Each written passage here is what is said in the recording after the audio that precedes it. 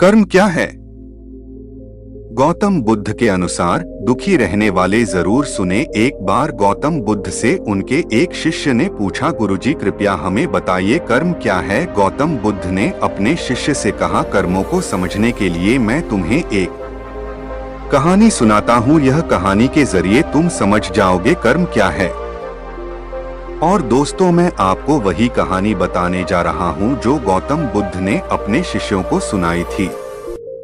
गौतम बुद्ध अपने शिष्यों को कहानी सुनाते हैं कि बुलंदशहर का एक राजा था और वह घोड़े पर बैठकर अपने राज्य का भ्रमण कर रहा था। चारों तरफ भ्रमण करने के बाद वह एक दुकान के सामने आकर रुक गया। रुकने के बाद राजा ने अपने मंत्री से कहा, मंत्री जी, ना जाने मुझे क्यों लग रहा है कि इस दुकानदार को कल के कल फांसी की सजा सुना दूं। ना जाने क्यों इस दुकानदार को मुझे मृत्यु दंड देने की इच्छा हो रही है।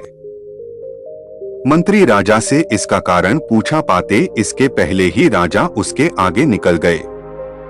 मंत्री ने इस बात का कारण पता करने के लिए अगली सुबह भैंस बदलकर आम जनता का रूप लेकर दुकानदार के पास जा पहुंचा। वैसे दुकानदार आमतौर पर चंदन की लकड़ियां बेचने का काम करता था। मंत्री ने दुकानदार से पूछा, भाई आपका काम कैसा चल रहा है? तब दुकानदार ने बताया, उसका हाल बहुत ही बुरा है।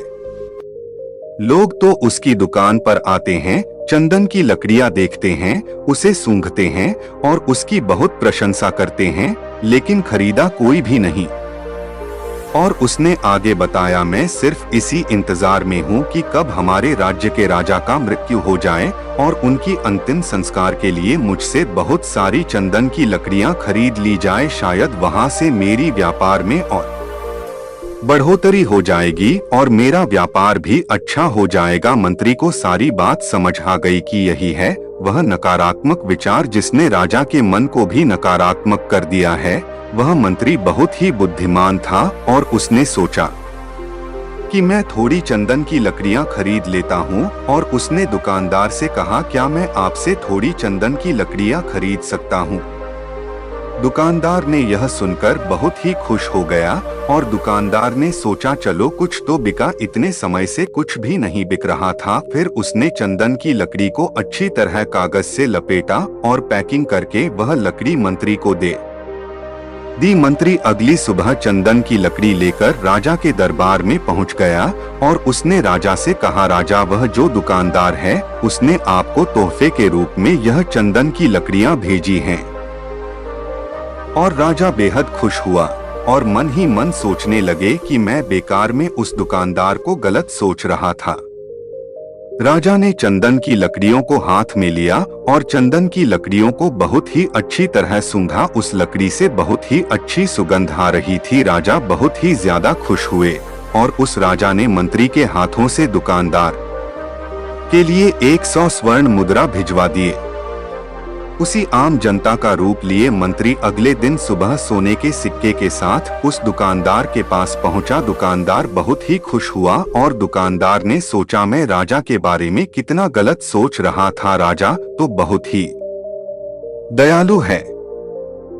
यहीं पर गौतम बुद्ध ने यह कहानी खत्म कर दी। यह कहानी जब खत्म हुई तब गौतम बुद्ध ने अपने शिष्यों से पूछा, अब आप बताइए कर्म क्या होता है? शिष्यों ने उत्तर देते हुए कहा, शब्द ही हमारे कर्म है। हम जो काम करते हैं वही हमारे कर्म है। जो हमारी भावनाएं हैं वही हमारा कर्म है। गौतम बुद्ध ने सभी शिष्यों का जवाब सुनने के बाद यह कहा, आपके विचार ही आपके कर्म है। अगर आपने अपने विचारों पर नियंत्रण करना सीख लिया तब आप एक महान इंसान बन जाते हैं। जब आप अच्छा सोचते हैं तब आपके साथ अच्छा ही होता है और वह होता ही रहेगा। इसीलिए मैं भी आपसे कहना चाहूँगा, अगर आप भी अच्छा सोचेंगे तो दूसरे लोग भी आपके बारे में अच्छा सोचने लग जाएंगे। दोस्तों, वीडियो अच्छी लगी तो चैनल को सब्सक्राइब जरूर करें।